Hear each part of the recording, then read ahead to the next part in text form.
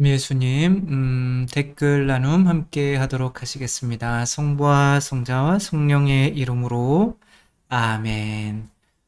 정말 절기라고 하는 것을 무시할 수 없는 것 같아요. 벌써 저녁 때 되면 찬바람이 불고 색깔이 너무 이뻐지는 가을이 오죠. 그래서 빨리 또 단풍이 보고 싶어서 이런 또 사진으로 시작해 봅니다. 댓글 나눔 함께 합니다. 온이라고 하시는 분, 아직 종교는 없지만 신부님 강론 중간중간 잘 듣고 있습니다. 현재 가톨릭 공동체에서는 전 재산을 공유하는 공동체는 없는 건가 궁금합니다. 뭐 어떤 신부님들이 이렇게 공동체 만들어서 살고 있는 것 같아요. 그쵸? 그런 게 있기는 있는 것 같은데 많지는 않죠. 있는 거는 같다. 골반 1. 요즘은 성당에서 제대 뒤에 예수님의 십자가상이 없어지고 있습니다. 저희 성당도 이제 부활하시는 예수님 상이 이제 크게 달려 있죠. 성체로 인해서 거룩한 미사인 건 의심하지 않지만 십자가는 예수님의 영광과 승리인데 왜 십자가를 없애고 벽에다가 그 십자가상이 아니라 그냥 부활하시는 예수님 상을 매달아 놓는지 모르겠습니다. 저도 동감이에요. 어떤 곳엔 아예 못 박힌 예수님 대신에 예수님 상을 매달아 놓은 곳도 있습니다. 예수님 십자가 밑에는 성모님도 계셨기에 십자가의 순환을 함께 하신 성모님의 순환도 함께 묵상하게 됩니다.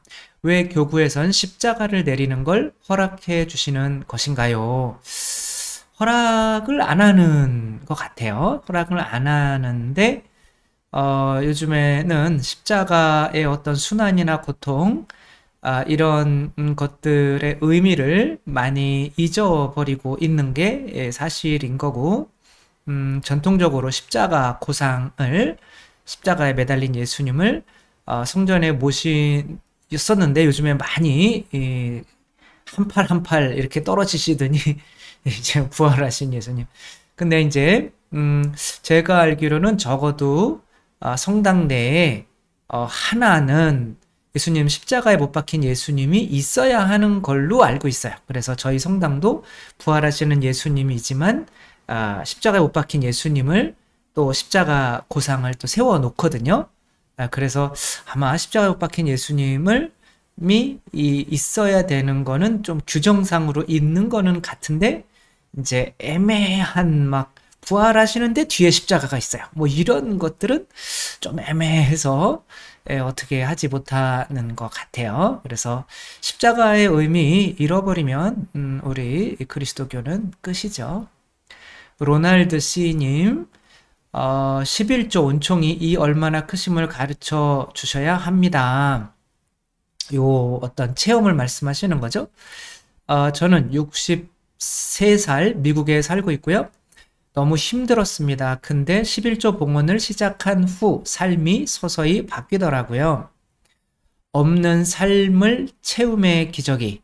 그러니까 이제 채우려고 11조 내서는 안 되는 거고 내가 가진 모든 것이 하느님 것임을 고백하기 위해서 해야 되는 건데 그렇게 고백하는 사람에게 하느님께서는 더 큰 은총을 주시니까 채워지는 거죠. 저희의 부부는 열심히 기도하며 일하고 봉사의 꿈을 키우며 은총 속에 살고 있습니다. 그래서 그 은총을 전하고 싶습니다. 늦둥이 귀한 딸 20살 대학생 아르바이트로 번 돈에서 11조를 바치게 한 지 1년이 되었습니다. 20살부터 바치네. 저희는 초등학교 3학년부터 바치게 하려고 하고 있어요. 엄마를 보아라. 딸은 대학 전액 장학금 받고 자기계발 활동비 받고 미국은 장학금 제도가 너무 좋아요. 알바는 운동, 살 안 찌고 싶어서라고 하지만 짠하지요. 발바닥이 너무 아픈데 아마존 알바 끝나고 지금은 타켓 알바합니다. 11조 강론 말씀 하시는 신부님 처음 뵙습니다. 뭐 다른 분들도 있기는 한데 거의 이야기하고 있지 않죠.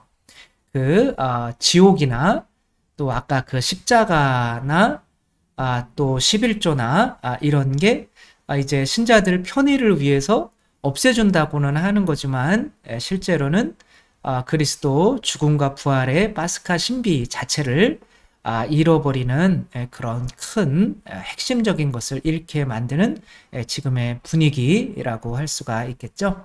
서용찬님 말씀 감사드리고요. 듣고는 분별력 없는 저 또한 또 헷갈리고 있습니다. 지금의 이 일은 서서히 이끌어 오신 길이라 생각되고 이 일을 통해서 알게 되는 것들이 나름 저를 좋은 길로 인도한다고 생각하니 분명 주님이 맡긴 일이라 생각되어집니다. 이에 감사와 만족과 행복도 차츰차츰 쌓이고 있습니다. 지금 하시는 일이 주님께서 맡겨주신 일이라고 생각하니까 그런 감사가 쌓인다. 그럼 됐죠 뭐. 하지만 알려주신 또 다른 길이 있는데 전혀 알지도 못한 분야라 배워가야 하고 경제적으로 어려움이 바로 보여 선뜻 나서기 힘듭니다. 하느님의 뜻이라고 한다면 한번 조금 힘들더라도 뭐 한 분야에 책 한 20권 정도만 쌓아놓고 하루에 30분씩만 읽으면 한두 달이면 정도면 그쪽 분야에 대해서는 또 대충 알게 되잖아요. 그렇게 혹은 주말에 뭐 한 2시간씩 토요일 주일에 내가 그걸 위해서 투자한다 라고 생각하면 직장 다니면서도 저는 충분히 그런 다른 쪽의 일을 배우는데 시간이 날 수 있을 것 같거든요. 도움을 청하는 기도를 하며 언덕을 오르지 않는 리어카에 돕는 이도 없는 혹은 높이 있는 나뭇잎에 오르려는 개구리 이와 같은 우화만 잔뜩 들려주십니다. 이거 뭐 하느님과 거의 대화를 하시나 봐요. 언젠가 선택을 하기는 하겠지만 왠지 지금 자리 버리고 알려준 일에 나서라고 독촉하는 느낌이 있습니다. 근데 아까 위에 분명히 지금 하시는 일이 주님께서 해라고 하신 일이라는 어떤 확신이 있다고 말씀을 하셨잖아요. 근데 지금은 또 그 자리를 버리고 다른 일을 하라고 하는 것 같다. 이거는 분별을 잘 하셔야 되는 거죠. 내가 정말 목숨을 걸 확신이 있으면 그렇게 바꾸셔도 되는 거지만 그것이 악의 어떤 끌림일 수도 있는 거니까요. 그래서 여쭙고 싶은 것이 있는데 이렇게 일을 주실 때 선택해야 한다면 혹시 악마도 관여할까요? 악마도 당연히 하느님께서 우리를 관여하시는 만큼 혹은 더 우리 일에 관여를 하죠. 그러니까 분별을 잘 하셔야 되는 거죠. 그래서 어떤 사람은 하느님의 일이라고 하면서도 정말 뭐 안 좋은 일까지 막 하는 사람이 있는데 이것은 자기의 일을 정당화하는 것일 뿐 하느님을 통해서 진짜 하느님의 일은 아닌 거죠. 그러면 어떻게 분별해야 되냐? 그것은 이제 여러 가지 방법이 있는데 일단은 기도인 거죠. 기도를 그것을 위해서 꾸준히 하다가 보면 점점점 그것을 하라라고 하는 마음이 점점점 커지고 그것을 하지 않을 수 없게 되어 내 마음이 그렇게 바꿔주셔요. 기도를 하면 그게 제일 좋은 방법이고 그 다음에 이제 기도하면서 내 마음이 이제 근데 이제 그건 결과를 보고 아는 건데 일단은 기도하는 게 제일 중요한 것 같아요. 나중에 결과가 정말 마음이 평화롭고 또 주님의 일에 도움이 되고 뭐 이런 또 내가 더 겸손해지고 뭐 이런 것들이 되면 교회에 도움이 되고 그러면 하느님의 일은 확실한 거죠. 근데 그건 뒷일이니까 일단은 그 한 가지에 대해서 정말 확신이 생길 때까지 꾸준히 기도해 보시는 게 제일 이 마귀의 악마의 어떤 이 유혹으로부터 이렇게 올바른 분별을 할 수 있는 방법인 것 같고요. 정란경님, 성경에서 하느님께서 카인의 제물은 안 받으시고 아벨의 제물만 받으신 이유가 아마도 카인은 죄를 짓고 아담이 벌로 고통 중에 땅을 일구게 된 그 일을 하고 있었고 아벨은 에덴 동산에서 죄 짓기 전에 하느님께서 동물들에게 이름을 지어 주면서 양떼를 돌보라는 일을 하고 있어서 아벨의 제물만 받아주셨나 봐요. 제가 창세기 때 이렇게 설명을 드렸죠. 이거는 뭐 이유가 없어요. 그냥 아벨의 제물은 이제 양 짐승을 자기가 기르는 가축을 바치는 거고 근데 그 일은 에덴 동산에서 시켰던 거잖아요. 근데 농사 지으라고 한 것은 바로 아담과 하와가 죄를 지은 이후에 시킨 거거든요. 그것은 그래 그럼 너희들로 한번 너희들이 생존을 해봐.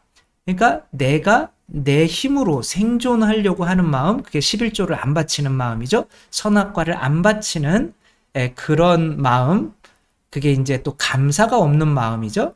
그러니까 그런 마음으로 바치는 카인의 제물은 성당에 와서 바치기는 바치는데 어떤 모든 것이 주님 것이라 감사하는 마음으로 10분의 1을 떼어서 바치고, 혹은 내가 또 이웃을 사랑하는 일을 하면서 바치는 그 사람의 제물은 아벨의 제물인데, 내가 복음을 전하지도 않으면서 그냥 아깝지만 그냥 어쩔 수 없이 바쳐야 되니까 바치는 그런 제물은 카인의 제물이 된다라고 하는 거죠. 집회서 34장 23절에 보면 지극히 높으신 분께서는 불경한 자들의 제물을 기꺼워하지 않으시고 이제 의로운 사람의 제사는 받아들여진다. 여기서 의로운 사람이 이제 아벨의 제물인 거죠. 아벨은 하느님께 감사하고, 그러니까 그게 선악과를 바치는 마음으로 하고, 또 의롭다라는 거는 하느님께 은총을 받은 것처럼 나도 이웃을 위해서 내 것을 내어주는, 복음을 전하는 사람인 거죠. 제물을 바칠 때는 언제나 즐겁고 감사한 얼굴로 11조를 기쁘게 봉헌하라 하고 나와 있습니다. 이 좋은 것들 많이 찾아주셔서 역시 우리 반장님이다, 이제 그런 생각이 들고요. SL님 실례하지만 영상 속처럼 신부님께 물어보고 싶은 질문들은 어디에 할 수 있는 건가요? 지금 이렇게 물어보고 계시잖아요. 그러면 제가 보고 대답을 해주시는데 지금처럼 이렇게 물어보시면 돼요. 그러니까 어디에다 댓글을 달든지 제가 다 모아서 볼 수가 있어요. 그러니까 아무데나 댓글을 제 채널에다가 달아주시면 제가 다 볼 수 있으니까 그렇게 달아주시면 되고요. HYHHSTL62님 그러면은 61세이신가요? 요셉 신부님 덕분에 많은 은총 속에 성모님과 예수님을 더더욱 사랑하고 제 삶 속에서 어떻게 하면 성모 어머니와 함께 예수 성신과 성혈에 일치하여 봉헌의 삶을 살고 있습니다. 하느님을 사랑하고 온전히 알고 싶어서 교구 본당에서 실시하는 성경 공부는 다 했지만 전체적으로 이해가 잘 안 되었습니다. 이거 엄청나게 신앙에 진심인 분이신 거죠. 성경 공부할 수 있는 건 다 했대요. 그러나 하사시를 읽고 모든 의문이 다 풀렸습니다. 이래서 읽으라는 거예요. 하사시만 읽으면 다 끝나요. 그냥 그 10권만 읽으면. 하사시를 읽으면 관상기도가 저절로 됩니다. 매일 미사 영성체를 할 수 있게 되고 예수 성심, 성모 성심, 성인 신심 깊어져서 성처조배를 5시간 이상씩 해도 부족합니다. 시간은 좀 심하지 않나요? 신앙생활을 제대로 하시고 싶은 분은 꼭 보시기 바라고, 성모 어머니와 함께 예수 성심, 성혈 일치해서 모든 영광 주 하느님께 드립니다. 또 하사시를 또 추천하시는 분, 송글라라님, 신부님 안녕하세요. 신부님의 매일 묵상으로 하루를 시작하고요. 신부님께서 하느님이시오 사람이신 그리스도의 시라는 책에 대해서 말씀하실 때 많이 기뻤습니다. 왜냐하면 저는 이 전권을 10년 전부터 거듭거듭 읽고 있거든요. 책의 묘사가 얼마나 세심한지 저는 색깔을 볼 수 있고, 아까 그 위에 분이 말씀하신 관상이라고 하는 것이 아마 이런 걸 거예요. 소리도 들을 수 있고 예수님의 모습, 제자들, 군중들과 함께 있는 것 같이 느껴집니다. 많은 형제 자매님들이 이 책을 읽으시면 행복해지고 웃으시고 예수님의 순환에 마음 아파 눈물도 흘리게 될 것입니다. 용기가 없어서 이 글을 쓸까 말까 많이 망설였습니다. 오지랖도 풍년이라고 나무라지 말아주세요. 풍년인데 왜 나무라겠어요, 그쵸? 캐나다에 사는 어느 할머니가, 감사드리고요. 김지은 루시아님, 죽음 이후에 천국과 지옥이 분명히 있습니다. 간혹 어떤 신부님들은 장소의 개념이 아니라 상태의 개념이라고 말씀을 하십니다. 헷갈립니다. 현세에서 주님과 함께 있으면 천국의 삶을 누린다는 것은 압니다. 삶이 기쁘고 감사로 물드니까요. 정확히 성경 어디를 참고하면 이렇게 말하는 사람들에게 알려드릴 수 있나요? 다시 한번 명확히 알고 싶습니다. 성경에 그냥 예수님께서 특별히 지옥에 관해서 말씀하시는 것들을 쳐보면 지옥에는 장소 개념으로 분명히 말씀을 하셔요. 불 붙는 불이 있고 불은 장소가 있어야 되는 거잖아요. 사람을 파먹는 구더기가 있고 거기에서 이를 갈 거고 거기에서라고 얘기하잖아요. 그쵸? 상태도 이 세상에서 지옥의 그 고통을 느낄 수 있고 천국의 행복을 느낄 수 있는 건 맞아요. 근데 천국도 분명히 장소인 것처럼 그렇지 않으면은 동방 박사들이 예수님을 만나러 그 구유가 있는 마국간에 그렇게 오랫동안 걸어서 올 필요가 많은 돈을 들여가면서 올 필요가 없었겠죠. 예수님이 별 보고 태어났구나. 행복하다. 그러나 예수님께서는 어느 곳에 계시고 그곳에 와서 그분을 영접해야 참다운 행복이 느껴지는 것처럼 천국이 장소라고 한다면 당연히 지옥도 장소가 될 수밖에 없는 거죠. 맨날 상태라고 하는 거는 결국에는 지옥이 없다라는 것으로 이끌어 가려고 하는 그런 이단에 가까운 말이라고 할 수가 있겠습니다. 사랑합니다, 하느님. 신부님, 저희 유튜브 구독하면서 저희 부부도 용기 내서 11조를 처음으로 시작했습니다. 1년 반이 넘어가는 지금 기적을 체험하고 있습니다. 예전에 교무금으로 11조를 안 내고 기부금, 봉헌금 등으로 11조를 생각하며 낼 때에는 제가 돈이 부족하고 불평하는 일이 많았는데요. 그러니까 전에도 다 합치면 10분의 1은 됐다는 거죠.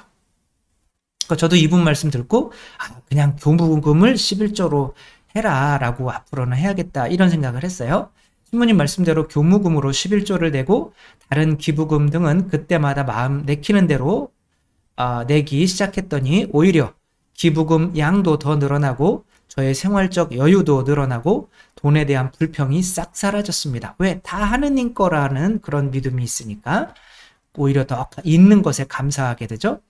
더 놀라운 거는 저희가 처음 교무금으로 11조를 내기 시작할 때 오히려 시험에 드는 것처럼 원래 들어오던 생활비에서 30%가량이 확 줄어들었습니다. 이런 일이 이 좋은 일을 하려고 할 때는 반드시 일어나요. 그쵸? 좋은 강론을 듣고 오면 집에서 남편이 항상 술 먹고 토하고 기다리는 경우가 굉장히 많죠. 그래도 시작한 거 꾸준히 하자고 했더니 정말 다른 돈들도 더 들어오게 되고 나가야 할 돈들이 확 줄게 되면서 기부금 액수도 예전보다 더 늘어났고 마음의 여유도 더 커졌답니다. 정말 감사드리고 모두 하느님을 한번 믿어보세요. 하느님은 바보가 아니십니다. 우리를 다 아시고 살펴주시는 분이라는 것을 깨닫게 해주십니다. 좋은 나눔 감사드리고요. 그러니까 이런 거 읽어드리는 거는 이제 믿어보시고 한번 시험해 보시라는 거죠. 아직까지 못하시는 분이 계시다면. 사랑합니다, 하느님. 제가 신앙생활 초기 체험한 작은 기적이 있습니다. 어느 날 성당에 가려고 하는데 갑자기 하느님께 마음속으로 여쭙게 되었습니다. 하느님, 오늘은 제가 어떤 옷을 입고 가면 좋으시겠어요? 하느님 뵈러 성당 가니까요. 하느님이 원하시는 옷을 입고 싶어요. 그러고 옷장을 보니 그동안 한 번도 마음에 안 갔던 옷이 눈에 띄었고 그걸 입고 성당에 걸어갔습니다. 그러니까 하느님의 뜻을 옷 입는 거에 한번 적용시켜 본 거죠. 그런데 신기한 일이 미사 중에도 미사 후에도 집으로 걸어올 때도 사람들이 얼굴까지 돌려가면서 저를 다 쳐다보는 거예요. 그 옷을 입지 말았어야 되는 건가요? 정말 거의 모든 사람들이요. 입이 떡 벌어지고 눈이 휘둥그레져 가지고요. 무슨 김태희도 아니고 저는 그런 외모도 아니고 태어나서 이런 경우가 한 번도 없어서 이상하다고 생각해서 집에 와서 보니까 진짜 제 얼굴에 몸이 엄청나게 빛나고 있는 겁니다. 너무 웃기시겠지만 진짜 살 속에서 빛이 터져 나오는 것처럼요. 저도 너무 신기하고 아름다워서 거울을 한참 쳐다봤습니다. 그리고 싹 사라졌습니다. 그 빛이요. 그때는 이게 무슨 일인가 하고 지나갔는데 이게 이제 저는 믿어요. 왜냐면 하느님의 뜻이 하느님이거든요. 그냥 그 뜻을 받아들이면 하느님의 빛이신 분이 들어오신 거니까 이렇게 저처럼 빛이 이렇게 막 죄송합니다. 이렇게 나오는 거죠. 모세가 하느님을 보고 내려올 때 얼굴에서 빛이 났던 것처럼 하느님의 뜻을 따르는 사람들은 분명히 빛이 날 수밖에 없다고 생각을 해요. 하느님의 뜻을 원한 거, 이게 아주 작은 무슨 옷을 입느냐 하는 거였지만 하느님의 마음에 드셨나 봐요. 저는 초신자이고 그리고 주변에 신앙인도 없어서 아무도 저를 이끌어줄 수 없었고 그랬는데 이런 작은 기적의 선물을 주셨던 것 같습니다. 감사드리고요. 착한 로즈마리 신부님 저는 큰일 났습니다. 요즘 기도가 안 돼요. 묵주기도를 정성껏 바치던 지난번과는 아주 다릅니다. 어느새 3단을 하고 있고 묵주알은 5단까지 가 있고 다시 정신을 차리고 집중해서 하는데 어느새 또 그러다 보니 묵주기도가 2시간 넘게 걸려서 어찌 한 건지도 모르고 강제로 바칩니다. 연옥에서는 묵주기도 1단 바치는 것도 엄청 힘들다던데 꼭 그런 느낌입니다. 그런 얘기는 어디서 들으셨을까? 이렇게 어려운 기도를 정말 혼신의 힘을 다해서 바쳐도 기도가 흩어져서 엄청 힘들어요.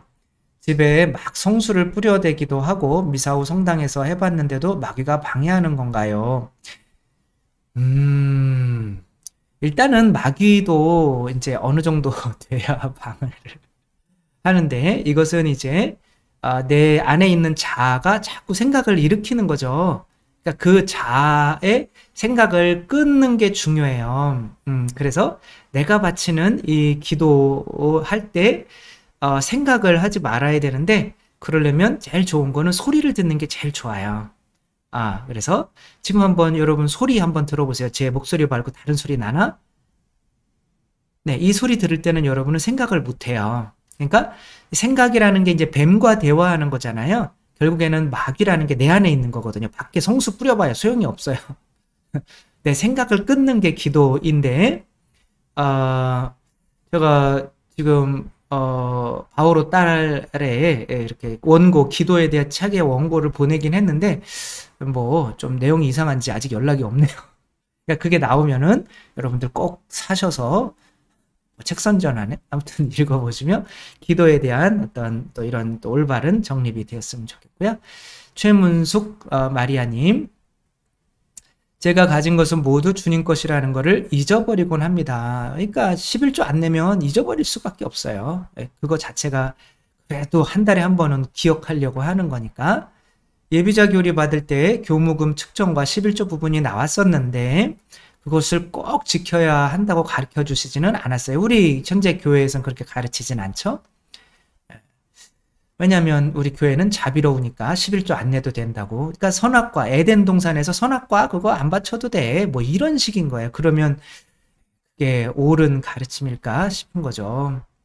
교우분은 식구당 1만 원씩 혹은 3천 원씩 내도 된다고 하셨어요. 아무튼 큰일입니다. 당시 저는 수입이 하나도 없었고 국가 보조금과 불우이웃 돕기 성금을 합쳐 100만 원 정도 약간 부족하게 들어오고 있었습니다. 그래서 10만 원을 교무금으로 설정했습니다. 처음부터 세례받을 때부터. 대단하신 거죠. 그 후 조금의 수입이 있을 때마다 잊지 않고 11조를 계산해 현금으로 냈습니다. 지금도 불규칙한 수입과 국가 보조금으로 살아가고 있습니다. 요즘 마음속엔 국가 보조금이나 성금을 받은 돈을 수입으로 쳐야 하나 하는 유혹도 있습니다. 당연히 돈 들어오면 수입이죠. 이 글을 쓰다 보니 수입으로 생각했던 저의 기존 판단을 유지해야겠다는 의지가 일어납니다. 저는 아들이 둘이 있고 하나는 운동선수이고 돈이 많이 들어갈 텐데 그쵸? 하나는 대학생인데 그 돈으로 한 달에 100만 원씩 받아가면서 아이들을 키우고 어떻게 생활을 했는지 의아합니다. 식대만 해도 100만 원을 넘을 건데 말입니다. 이런 기적이 일어난다니까요. 여러분들 한번 모든 게 하느님 거라는 그런 신앙 고백을 해보세요. 그게 하느님 자녀가 되는 거잖아요. 그럼 자녀를 굶기겠어요? 하느님이 기적적으로 이렇게 먹여 살릴 거고 그런 거를 체험할 때 믿음이 강해질 수밖에 없는 거죠. 이런 가난 이야기를 하는 건 부끄러워져 힘이 드나 내가 가진 모든 것은 주님 것이라는 걸 기억하며 기적은 일상에서 이루어집니다. 주님께 영광 올립니다. 이런 좋은 나눔 해주셔서 감사드리고요. 지저스 리얼 포토님 하느님의 진짜 이미지라는 뜻이겠죠. 청년들 천주교 모임에서 고해성사가 어려운 이유에 대해서 이야기한 적이 있습니다. 압도적인 의견이 본당 신부님이 나의 죄를 알고 나에 대해 실망하실까봐 였습니다. 제가 책임지는데 여러분들이 지은 대부분의 아니구나 그 정도는 짓지 않겠죠 신부님이. 그래도 마음적으로라도 그런 죄 충분히 짓고 신부로서 더 마음 아파하기 때문에 여러분들이 짓는 거는 정말 그 고해할 성사하는 그 겸손함을 보고 정말 대단하구나 이렇게 생각하지, 여러분들에 대해서 안 좋게 생각할 신부님은 한 분도 안 계. 한 분? 한 분? 우리나라에 한 분? 잘못 걸리면 이제 그럴 수 있는데 거의 그런 분은 없다라고 하는 거. 오히려 여러분들이 고해하기 힘든 거를 고해할 때 신부님은 더욱더 여러분들을 존경하게 될 거라는 거 확신을 가지세요. 그리고 연륜이 있으신 분들은 고해성사를 쉽게 보시던데 천만의 말씀이에요. 연륜이 있으신 분들도 쉽게 못 봐요. 아무튼 이 은총의 고해성사가 지금은 너무 힘든 게 되어버려서 은총이 많은 이들에게 가로막혀 있는 게 또한 교회의 큰 문제라고 할 수가 있겠죠. 주파수님, 성경은 가톨릭 교회에서 배운 교리를 성경을 통해서 확증하는 것이다. 누가 그랬습니까? 성경은 진리가 아니다. 누가 그랬습니까? 성경 가톨릭 교회에서 배운 교리의 진리를 가르치기 위해서 필요한 거다. 이거는 좀 성경서 진리를 찾으려 하면 안 된다. 이제 요거를 이 주파수님 거를 읽으면서 이렇게 말씀드리면 죄송하지만 악마의 편집인 거 있잖아요. 그쵸? 내가 이 신부님을 지금 까야겠다. 그런데 이제 강의 내용에서 그런 까야 되는 부분적인 것들만 이렇게 빼내서 내 주장을 옳았다는 거를 하고 싶은 거죠. 그래서 진짜 무섭습니다. 강의 내용에서 말씀보다 교리에 권위가 있다는 거로 해석이 됐습니다. 결국에는 말씀이라고 하는 거로 바꿨죠. 그쵸? 이건 저는 성경 그 글로 쓰인 걸 말한 거거든요. 세간에서 가톨릭이 기독교가 아니라는 말이 무슨 말인지 조금 알 것 같습니다. 이게 저를 굉장히 비판하는 내용인데, 이거에 대해서 굳이 제가 반응을 해야 될까? 그렇게 싶었는데, 이제 이분은 안 보시겠지만 또 들으시는 분들에게 오해가 없도록 말씀드리는데, 성경이 없어도, 글로 쓰인 성경이 없어도 교회는 있었어요. 따라서 교회의 존폐는 성경에 달려있지 않은 거예요. 그러니까 가장 먼저 쓰인 게 데살로니가전서라고 하는데 그게 65년 예수님이 돌아가시고 거의 40년이 지나서 쓰인 거예요. 그다음 그 전까지는 복음서도 하나도 없었어요. 그러면 12사도들이야 분명히 예수님을 봤으니까 말씀을 조금 알겠죠. 그렇죠? 그러나 다른 많은 사람들은 성경도 단 한 글자도 읽어보지 않고, 우리가 얘기하는 신약성경 한 글자도 읽어보지 않고 구약성경만 있었던 거죠. 그런 상태에서도 교회가 가장 뜨거웠어요.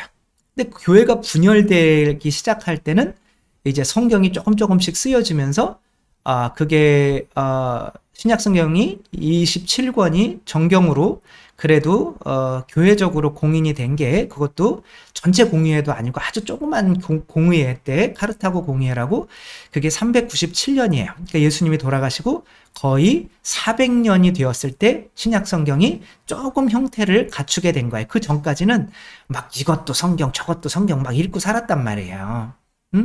근데 이제 개신교에서 성경만으로라고 해서 나가서 그 개신교가 성경들을 올바로 해석하나, 마르틴 루터는 자, 이는 내 살이다 라고 했는데, 마르틴 루터는 신부였기 때문에, 근데 이걸 살이라고 하면은 안 되잖아요. 또 개신교가 성찬을, 예수님 미사를 인정해 버리는 거니까. 그래서 그냥 예수님께서 이 성체와 함께 계시다, 이게 공제설을 의미하고, 이게 해석하는 거예요, 본인들이 성경을.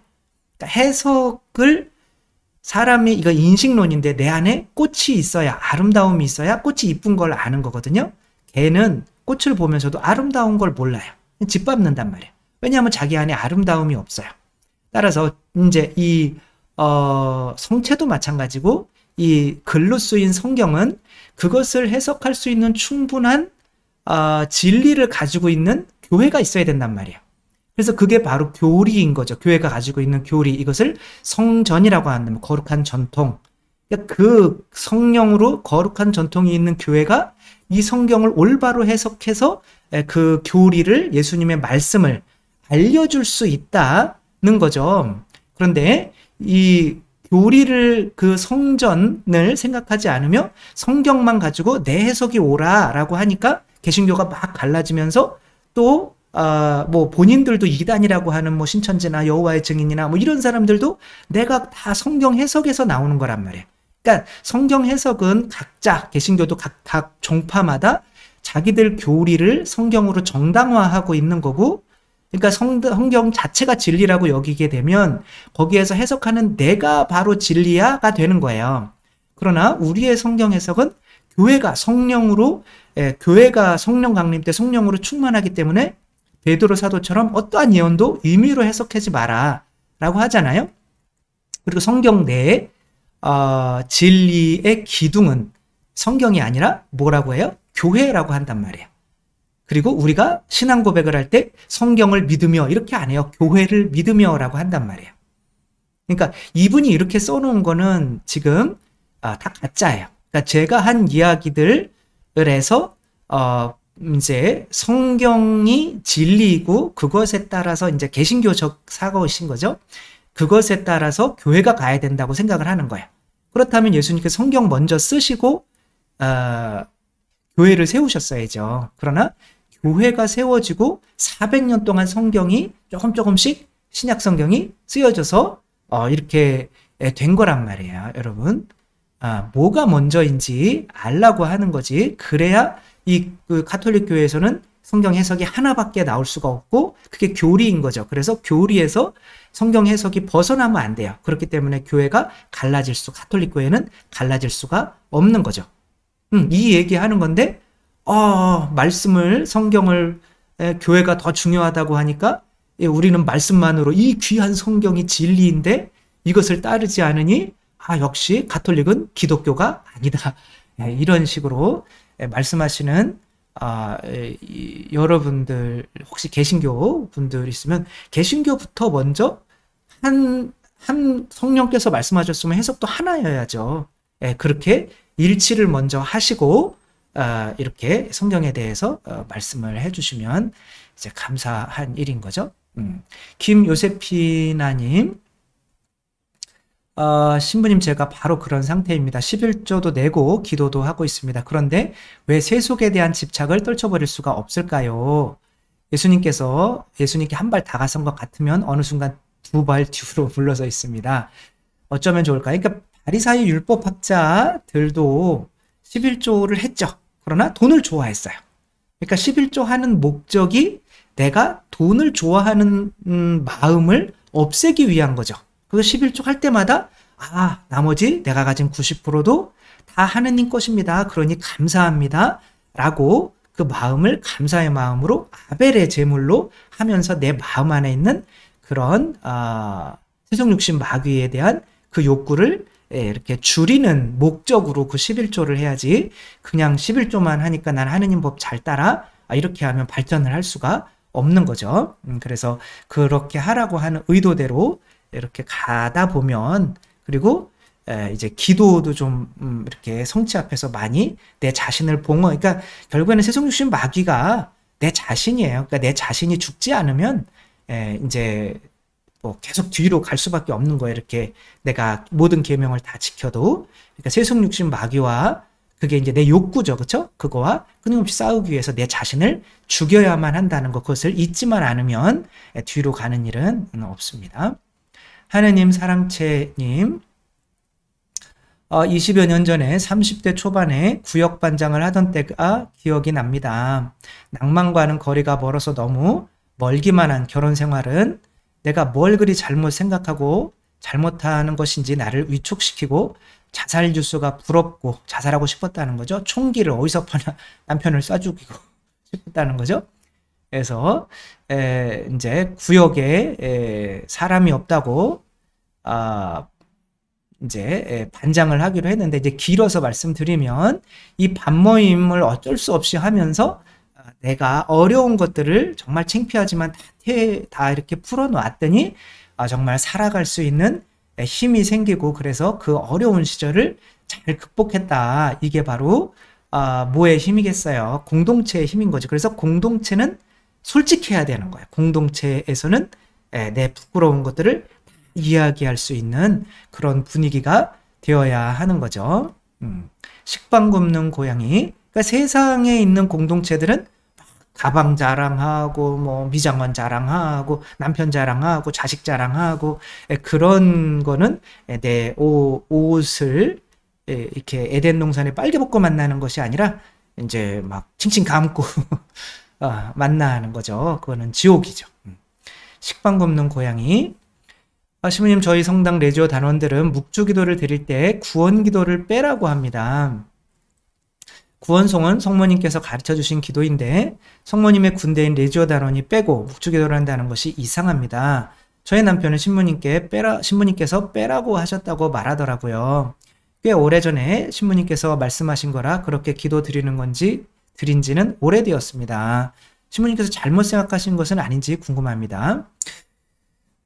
제가 그때 들었던 것으로는 뭐 그 구원송이라는 게 이제 파티마의 성모님께서 알려주신 기도잖아요. 그것이 또 물론 뭐 레지오 그 끝기도나 이제 거기 속에 또 들어있기도 하고 그렇지만 이제 그것이 그러나 교회에서 공식적으로 묵주기도에 들어간 것이 아니라 그냥 대중 신심으로 들어간 것이기 때문에 어떤 교회 공식적으로 기도할 때는 빼고 하는 것으로 이제 교회에서 정했어요. 그러나 그때 제가 듣기로는 레지오나 이런 신심 단체들 혹은 파티마 셀기도 이런 데서는 그 구원송을 넣어도 된다라고 들었던 것 같거든요. 확실하지는 않은데 한번 싸워보시면 좋겠고요. 저는 할 때 신자들이랑 할 때도 바쳐요. 구원송. 김영희님, 궁금한 게 있어서 여쭙니다. 하느님의 뜻 영성 책이 어떤 책이고 혹시 내용을 아신다면 좀 알려주세요. 하느님의 뜻 영성? 뭐 이거는 잘 모르겠고 이게 아마 뭐죠? 천상의 책 혹은 뭐 하느님 예수님의 눈으로 뭐 이런 책들을 말씀하시는 것 같은데 저는 뭐 그런 책들을 이제 있으면 조금씩 한 50페이지, 100페이지씩 읽어봐요, 앞에. 그럼 그 정도 읽으면 이게 정말 교만한 생각일 수도 있는데 내가 써도 이 정도는 쓰겠다 이런 생각들이 들어요. 지금 사적 계시나 이런 것들이 나와 있는 것들이. 제가 이건 내가 못 쓰겠다라고 하는 건 당연히 하느님이시오 사람이신 그리스도이시 이건 뭐 절대로 범접할 수 없는 거고요. 그런 어떤 디테일이나 지역이나 그 그림이나 그 뭐 눈 색깔이나 뭐 이런 뭐 어떻게 예수님 말씀하시는 거나 그 다음에 그와 나라고 하는 이 두 책 제외하고는 제가 이건 뭐 나도 쓰겠다 대부분은 다 그렇게 생각이 들었어요. 그런 어떤 예수님에 대해서 사적 계시라고 하는 책들 중에 이렇게 본 거는 그러니까 이렇게 알아서 잘 판단을 하시기 바랍니다. 뚱이님, 신부님은 강론을 위해서 여러 매체의 오디오를 통해 적절한 비유와 복음 말씀을 전파하시는데 정말 탁월한 능력을 보여주시네요. 이런 비유 찾느냐고 힘들어요. 강론을 위해 얼마나 많은 자료를 수집하시는지 정말 보석 같은 강론과 복음을 허투루 들을 수 없습니다. 질문이 있는데요. 엄마 지인분이 코로나로 성당을 2년 동안 못 나오시다가 나오려고 하는데 밀린 교무금이 발목을 잡습니다. 엄마에게 묻길래 다 내야 된다고 하셨대요. 좀 얄미웠다고 하네요. 돈도 많은 자매님이고 교무금도 최저임금 정도 내신다는데 잘하셨네요.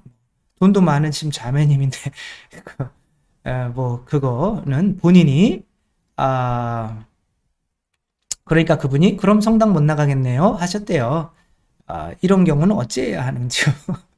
그거는 뭐 제가 해드릴 수 있는 것은 아니고 이제 일단은 성당 나오는 게 중요한 거니까 본당 차원에서 2년 혹은 3년 동안 코로나 동안 교무금을 못 내신 분들은 올해부터 새롭게 그걸 면제해주고 낼 수 있게 해줘야 일단 그분들이 나올 거 아니에요, 그쵸? 그 과거께 뭐가 중요해요. 그러니까 그것은 새로 나오시는 분들은 오랫동안 냉담을 하고 새로 나오시는 분들은 어쩌면 그 냉담하는 기간 동안 하느님을 주님으로 인정하지 않은 거잖아요. 그쵸? 그러니까 그동안은 선악과를 안 바치셔도 되는 거죠. 어차피 믿음이 없었잖아요. 그러니까 이렇게 몇 년 냉담하고 나오시는 분들의 교무금은 그 본당 차원에서 그것은 당연히 면제해주고 새로 나오시는 순간부터 본인이 책정을 하셔서 낼 수 있게 해주는 것이 옳다라고 생각이 듭니다. 네, 이렇게 이제 댓글 나눔 함께 했고요. 또 환절기에 건강들 조심하시고 기도해 주신 덕분으로 목소리 뭐 거의 100%다 회복을 했고요. 그래서 몸도 뭐 다 거의 장어도 먹고 막 그래서 회복을 했고요. 그래서 뭐 걸리기 전보다 덜 불안하잖아요. 그러니까 더 좋고요. 그래서 네, 아무튼 그렇게 여러분들 기도해 주신 모든 분들 감사드립니다. 그리고 여러분들도 건강 유의하시기 바랍니다. 주님께서 여러분과 함께 전능하신 천주 성부와 성자와 성령께서는 여기 모인 모든 이에게 축복을 내리시어 길이 머물게 하소서. 주님과 함께 가서 복음을 전합시다. 하느님 감사합니다. 성부와 성자와 성령의 이름으로 아멘. 감사합니다. 사랑합니다.